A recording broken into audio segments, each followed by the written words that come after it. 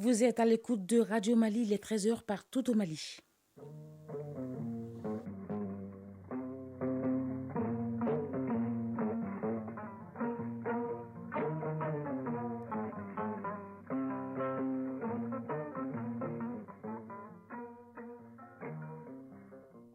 Le journal. Salimata Dao.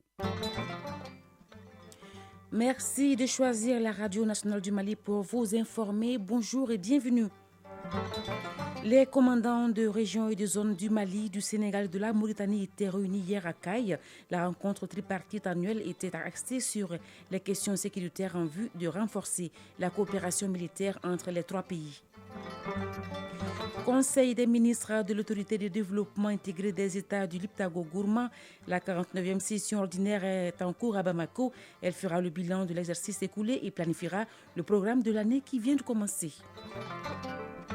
Le droit coutumier, c'est le sujet de la chronique judiciaire de ce jeudi, composé d'un ensemble de coutumes, d'usages et de croyances considérées comme règles de conduite obligatoires par les autochtones et les communautés locales. Pour trancher, les juges n'ont d'autre choix que de se baser sur la coutume dans bien des cas. À l'affiche de la page sport, la 8e journée du championnat national de football féminin qui démarre samedi. Avant cela, demain, le coup d'envoi des quarts de finale du CHAN Algérie 2022 sera donné et vous entendrez le sélectionneur des Aigles du Mali, Éric Chekoussial, qui s'est exprimé sur le niveau du tournoi. Tenue à Caille de la rencontre tripartite annuelle 2023 entre les commandants de régions et zones du Mali, du Sénégal et de la Mauritanie. Cette rencontre a pour objectif d'échanger sur les questions sécuritaires en vue de renforcer la coopération militaire entre les trois pays. Reportage Kansoutou Kanouté.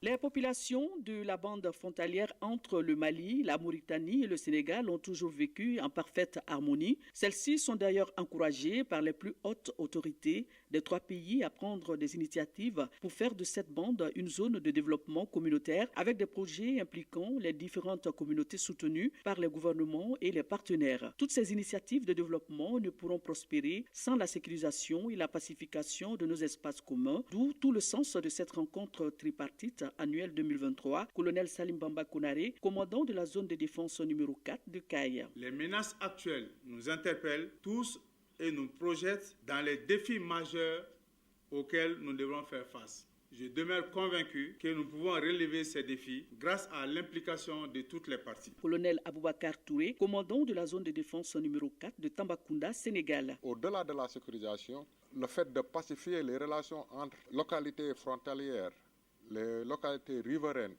pour qu'il y ait un sentiment de vie en commun, constitue quand même une très bonne opportunité de développement de ces zones frontalières. Au cours de la rencontre, la synthèse du bilan des activités menées au cours de l'année 2022 a été faite.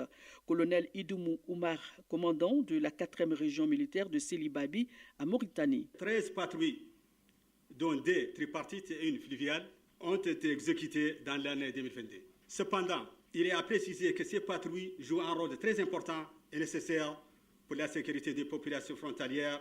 Il est souhaitable de multiplier les patrouilles dans cette année 2023. Colonel Moussa Soumaré, gouverneur de la région de Caille.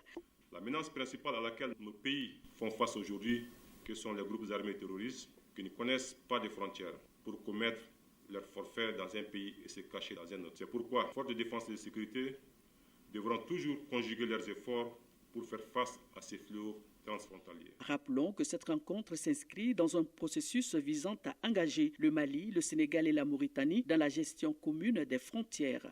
Kai Kansoutou Kanouté, Lassana Keita pour l'ORTM. Identifier et enrôler l'ensemble des bénéficiaires du régime d'assistance médicale dans la base de données nationale d'immatriculation. Tel est l'objectif d'une rencontre d'orientation des acteurs initiée par le RAMED à Ségou. Cette rencontre qui regroupe les responsables administratifs, politiques et ceux des organisations de la société civile devra permettre de réduire les statistiques, de produire les statistiques relatives à l'immatriculation et à la prise en charge gratuite des bénéficiaires du RAMED. Reportage Fousseni Samaki. La prise en charge médicale des bénéficiaires du régime d'assistance médicale RAMED nécessite l'identification et l'enrôlement de l'ensemble des bénéficiaires. C'est ce qui justifie cette rencontre des différents acteurs impliqués dans la mise en œuvre du RAMED.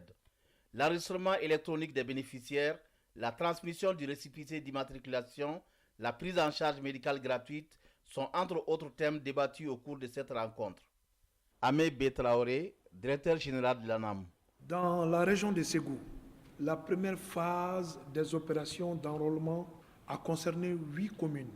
Pour cette deuxième phase, les opérations d'enrôlement, environ 16 535 ménages pauvres et vulnérables et leurs ayants droit à charge.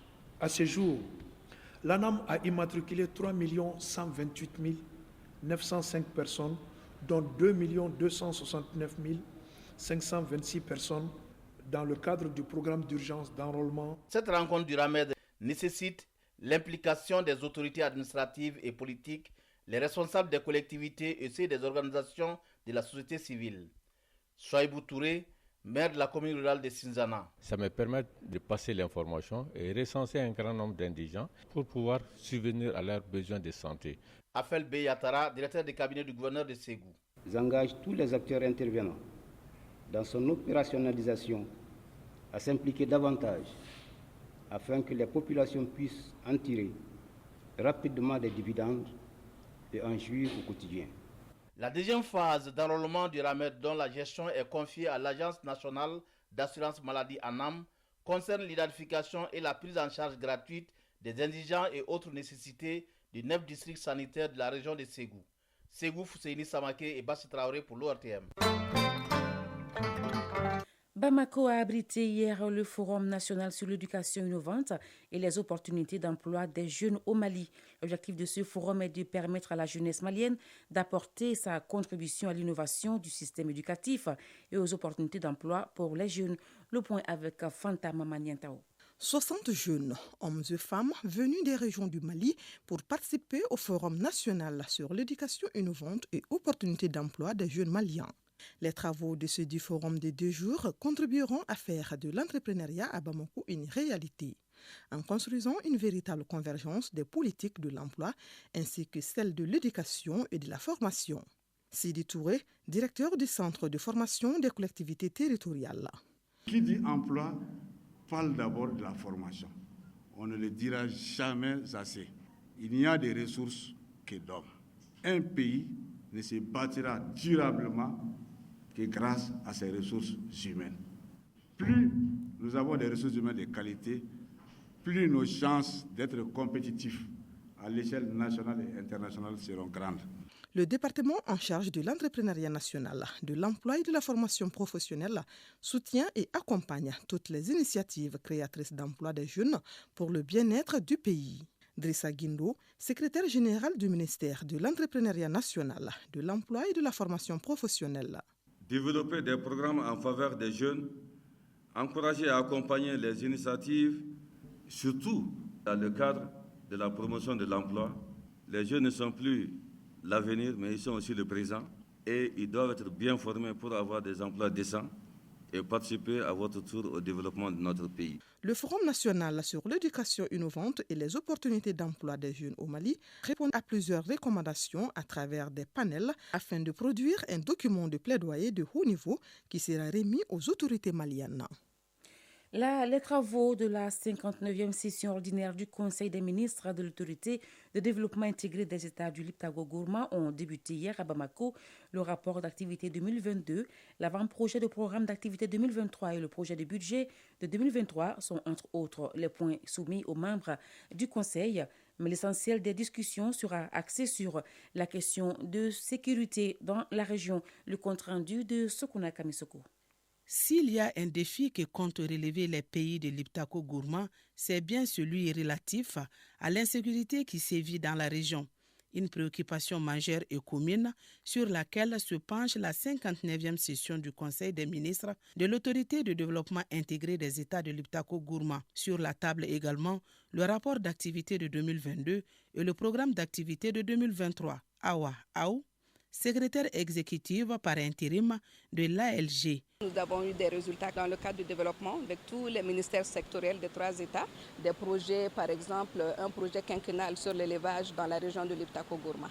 Nous avons aussi des activités par rapport à la recherche géophysique concernant les mines qui permettraient aux États de mieux gérer ou avoir un meilleur aperçu sur les zones sédimentaires ou minières dans la région de l'Iptako-Gourma. Également une étude sur la construction de routes rurales entre les 3 États. Nous avons aussi un programme d'électrification rurale de 100 communes dans chacun des États. Nos États sont quand même prêts à appuyer. La 59e session du Conseil des ministres des États de l'Iptako-Gourma se tient autour du thème « L'intégration sous-régionale dans un contexte de crise multidimensionnelle dans la région de l'Iptako-Gourma.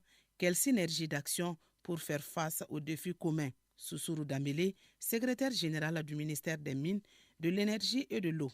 Notre institution commune, qui est l'autorité du développement intégré des États de l'Iptako-Gourma, a aujourd'hui, plus que jamais, sa raison d'être face à la crise que nous traversons et qui a démontré la nécessité d'un renforcement de la coopération transfrontalière. C'est pour cette raison que nous devons redoubler d'efforts et de vigilance et serrer davantage les rangs pour mieux accompagner l'ALG afin d'atteindre les objectifs qui sont assignés. L'autorité de développement intégré des États de l'Iptako-Gourma regroupe le Burkina Faso, le Mali et le Niger. 3 pays, une volonté commune, celle de faire de l'organisation un véritable outil d'intégration et de développement social au bénéfice des populations respectives. Hors de nos frontières, au Sénégal, le sommet sur l'alimentation en Afrique s'est ouvert hier à Dakar. Ce sommet est co-organisé par le Sénégal et la Banque africaine de développement BAD pour faire face aux conséquences du changement climatique, de la pandémie de Covid-19 et de la situation en Ukraine. L'objectif est d'améliorer la souveraineté alimentaire des pays du continent. 16 chefs d'État et de gouvernement ont fait le déplacement.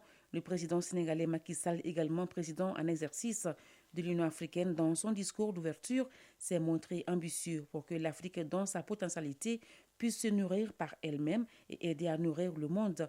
La BAD promet une enveloppe globale de 10 milliards de dollars sur les 5 prochaines années pour soutenir les stratégies nationales de souveraineté alimentaire. En Mauritanie, le procès de l'ancien président Mohamed Ould Abdelaziz a été ouvert hier matin. Il a comparu devant le tribunal de Nouakchott. Il a été arrêté mardi dernier par la police sur convocation sans notification des mandats décernés par le juge, selon l'un de ses avocats. L'ancien président est accusé notamment de corruption, de blanchiment d'argent ou encore d'enrichissement illicite durant ses 2 mandats à la tête du pays entre 2008 et 2019. Mohamed Ould Abdelaziz, 66 ans, et ses co-accusés encourent des peines allant jusqu'à 20 ans d'emprisonnement. Mais ce qui intéresse les parties civiles, c'est le recouvrement des fonds détournés, a précisé son avocat. En Angola, le chef de la diplomatie russe, Sergei Lavrov, poursuit sa tournée africaine. Il a été reçu hier à Luanda par le président angolais João Lourenço. Au menu des échanges, l'évolution du conflit en Ukraine. Le chef de la diplomatie russe a une nouvelle fois critiqué le rôle des pays occidentaux. Selon lui, ces derniers ont transformé l'Ukraine en scène de guerre hybride contre la Russie. Rappelons qu'à l'ONU, l'Angola s'était dans un premier temps abstenu de condamner l'opération russe en Ukraine. Au début de ce mois, le président angolais a appelé Moscou à déclarer un cessez-le-feu définitif et inconditionnel. Les 2 pays se préparent pour un 2e sommet bilatéral à Saint-Pétersbourg prévu en juillet prochain. En Afrique du Sud, l'opposition exige la fin des coupures d'électricité. Plusieurs dizaines de partisans de l'Alliance démocratique, premier parti d'opposition, ont manifesté hier à Johannesburg contre les séries de délestage qui handicapent l'économie sud-africaine et le bien-être d'une partie de la population. Ils ont marché jusqu'au siège du Congrès national africain, ANC, pour montrer leur mécontentement contre la crise de l'électricité. L'Afrique du Sud fait face à une longue période de coupure de courant qui a atteint des records depuis l'année dernière, allant jusqu'à plus de 11 heures par jour.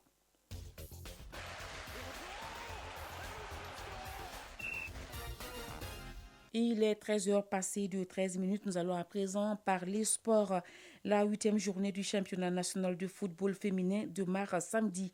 CHAN Algérie 2022. Après la phase de groupe, le sélectionneur des Aigles du Mali, Eric Sekouchel, présent aux côtés des Aigles locaux, juge le niveau du tournoi moyen. Côté terrain, les quarts de finale démarrent demain. Le développement de la page sport, c'est avec Abdul Karim Kaba. CHAN Algérie 2022, les quarts de finale démarrent demain vendredi au stade Nelson Mandela de Barki. L'Algérie affronte la Côte d'Ivoire. En deuxième quart de finale, le Sénégal sera opposé à la Mauritanie. Les deux autres rencontres de ces quarts de finale de la 7e édition du Championnat d'Afrique des Nations se joueront samedi, notamment Madagascar, Mozambique et Niger-Ghana. Toujours CHAN Algérie 2022, après la phase de groupe, les sélectionneurs nationaux des Aigles du Mali, Eric Chekouchel, présent aux côtés des Aigles locaux, juge le niveau du tournoi moyen. Pour plus de détails, écoutons Eric Chekouchel et au micro de nos envoyés spéciaux Abou Kone et Isaac Tienou. Pour moi, j'ai trouvé que le niveau de CHAN n'avait pas progressé. Il y a certaines nations qui ont progressé parce qu'ils ont un championnat où ils mettent les moyens, puis il y en a d'autres où c'est un petit peu plus compliqué. Parce que les meilleurs joueurs vont dans des grands clubs en Afrique ou en Europe. Et c'est vrai que les championnats locaux, certains championnats locaux sont délaissés. J'ai appris beaucoup sur nos joueurs locaux. Voilà, leur qualité, leurs défauts aussi. Maintenant, voilà, je suis déçu pour eux, je suis déçu pour notre football, je suis déçu pour le Mali. Donc maintenant, il faut qu'on arrive à se relever. Il faut que, au mois de mars, là, il y a quatre gros matchs qui attend le football malien, les U23 et l'équipe A. Voilà, il faut qu'on arrive à qualifier les deux équipes, même si ça va être très très très difficile parce qu'il y a deux gros morceaux qui viennent, le Sénégal et la Gambie. Donc à nous de préparer cette quadruple confrontation. À présent, football féminin pour terminer cette page de sport. La 8e journée du championnat national de football féminin démarre samedi avec l'opposition USFAS Badigna FC au stade Mamadou Konaté. Elle se poursuivra mercredi avec 4 matchs et prendra fin jeudi prochain avec la rencontre AS Mandé de la commune 4 et Amazon commune 5. Cette nouvelle, le Premier ministre Dr Choguel Kokala Maïga est arrivé ce matin à Nioro du Sahel. C'est pour remettre au shérif de Nioro du Sahel sa distinction de trésor humain vivant. Mohamedou Ould Cheikh Hamaoula Aïdara Dibouye et 5 autres personnalités ont été proclamées en décembre dernier trésor humain vivant du Mali au titre de l'année 2022, selon une décision prise par le ministère de l'Artisanat, de la Culture, de l'Industrie hôtelière et du Tourisme. Nous y reviendrons dans nos prochaines éditions avec notre envoyé spécial Bourama Traori. Chronique judiciaire. La chronique judiciaire de ce jeudi s'intéresse à un fait de société qui devient de plus en plus sérieux. Il s'agit de la gestion du foncier régi par le droit coutumier. Ce droit se compose d'un ensemble de coutumes, d'usages et de croyances qui sont acceptées comme règles de conduite obligatoire par les autochtones et les communautés locales. Il fait partie intégrante de leur système socio-économique et de leur mode de vie. Pour trancher, les juges n'ont d'autre choix que de se baser sur la coutume dans bien des cas. Chronique judiciaire, une réalisation de Adama Djimdi. Les litiges liés au foncier constituent l'un des principaux motifs de procès au niveau des différents tribunaux. Cette situation est consécutive à l'exploitation controversée des terres ou des autres ressources naturelles et relative au droit coutumier. Ce droit désigne les droits fonciers que les populations ont sur les terres qu'elles habitent, cultivent ou exploitent autrement. Cela conformément à la culture, aux traditions et aux usages locaux. Ces droits peuvent être reconnus par la loi via le Code civil.